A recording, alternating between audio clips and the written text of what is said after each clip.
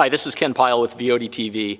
Now we're going to talk to Robert Keen, who's the President CEO of Hancock Regional Hospital in Hancock County, Indiana. He just gave a very inspiring talk on the role of the board and the relations of the board and the manager, and it really is much more than just about how they act together. It's about their vision. And I want you to talk a little bit about that vision and how you guys have created really a fiber network for your hospital and working in conjunction with Hancock Telecom. Yeah, well, Ken, it's really been an exciting time for our community.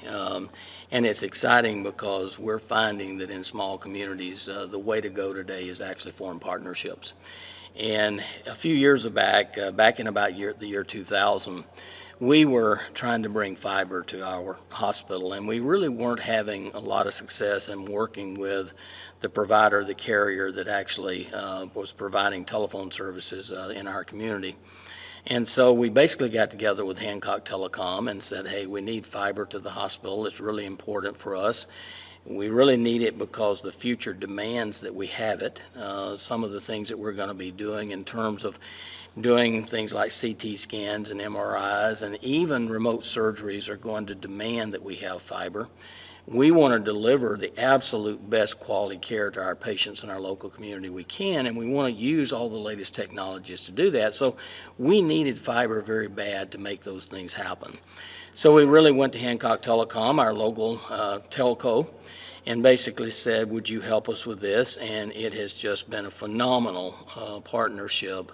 They did. They actually brought fiber under Interstate 70, brought it to our hospital, but took it throughout our entire community.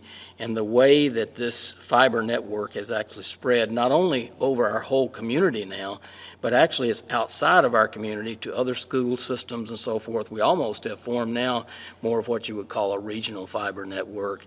And actually, it ties right in with what we're trying to do in healthcare, because many hospitals today are starting to get to the point where they want to share data and so forth back and forth between hospitals. And, you know, we're looking at storage area networks where we need to download charts and medical records and so forth at the end of the day to make sure we've got a backup and those kind of things. So because of what has happened in this network, we now have a whole area that is actually covered with fiber, and it allows us to work with other hospitals and make sure we're providing the best service to our community and to our patients. And the whole idea of service, I mean, one of the things that I've seen with telcos, a lot of these telcos could do the easy thing. They could sell out. They could move here to Florida, but they don't. They do it because of something much bigger. And you talked about that, the spiritual aspects of things. It doesn't get talked about much, and I'd like you to talk about that for a second. Well, you know, I have a PhD in economics, and when I was going through business school and so forth, we talked a lot about letting the free enterprise system work. And today, of course, the situation is that you're in the merger mania, and some companies are getting larger and larger and larger.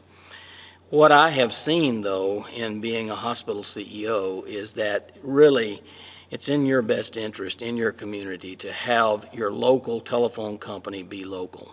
If I've got a problem, I know exactly who to pick up the phone and call and talk to. If I have a problem in terms of needing some additional technology, I mean, I can go to them and sit at the table with them. And I really have decided, actually after a lot of experience, that maintaining the local entities within our local communities is absolutely in our best interest long term, because that's how we're going to get the best service. When you're involved with the larger organizations, and you're a smaller community like we're a smaller community, even though we're just right outside of Indianapolis. We are sort of a suburban area now. We are a fast growth area. But even so, even when we are in that fast growth area, a lot of the large organizations we're just a blip on their radar screen, if we're even on their radar screen at all. And so for us, having those companies local that we can go to who partner with us and who say, hey guys, we'll help you to meet your needs so you can better meet the needs of the patients, that's just worth, I mean, it's just worth its weight in gold, having those people that are willing to do that. Now, you mentioned the spiritual component a little bit. What I talked about today was I discovered through both the military and through a lot of other things that I've been involved in, as well as being involved with the hospital and leadership of the hospital, that there is truly a spiritual dimension to an organization. And it really comes down to actually living your values on a day-to-day basis and having those values mean more than just a big poster that hangs on the wall. A lot of companies have a poster that says these are our values, but they don't live those values on a day-to-day basis. And so what I talked about today when you talk about board-manager relations is that you've got to create a culture in which your people want to work for the organization because the organization has value and worth, and because they are proud of working for their organization. And, you know, a lot of research shows that, in fact, it's not money that why people work for organizations. Oh yeah, you've got to be competitive, you've got to make sure you're treating your people right and that kind of thing. But what happens is that when there's a spiritual dimension to the organization, actually people want to work there because they see things going on that are really helpful to whoever the customer is, whoever the patient is in the case of a hospital. You know, they really get excited about making sure that they are making a contribution on a day-to-day basis in an organization that truly lives its values. And you guys are doing that with many of your things you do. I mean, compassion is one of your values that you hold dear. Yeah, we have 5 values as a hospital. One of at the top of the list is the word compassion. And what I talked about today in our session was when my board put those values together, they basically truly meant those. And compassion being one of them, excellence being another one, respect for others being another one. And so when you think about it then, it was interesting because we have today, as we speak, we have a team actually in India. And this team in India is there handing out rice to kids and to people who, because of the monsoon season, after the tsunami hit over there, they have no food. They're there to help build a hospital. They're actually there helping to build an orphanage. And they're also there to provide medical teams to go out and provide medical care to people who cannot get to see a doctor or a nurse or whatever. And so it's really interesting that that's how we live out our value of compassion. I mean, and I didn't even have to ask the question of my board when in fact the tsunami hit over there whether we should try to do something or not, because my board said compassion is critical, and what is more compassionate than helping kids who just lost their parents? What do you see for the future? Because obviously that's part of the future, but what else do you see? Well, there was a time, and I think still is, when we talk about bigger is better. And, you know, we have all the mergers and the buyouts and all those things taking place. I don't think that that way of doing business is in the best interest of particularly what I would call the suburban and rural areas of America. It might be okay in the high-density areas of your large cities, but it is not okay for the rural and the suburban areas. And I think that we need to get back to community.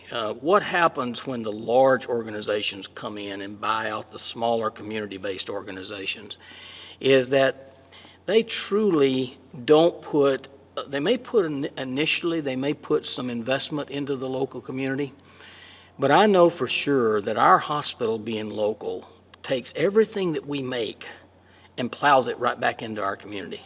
So we reinvest in our community.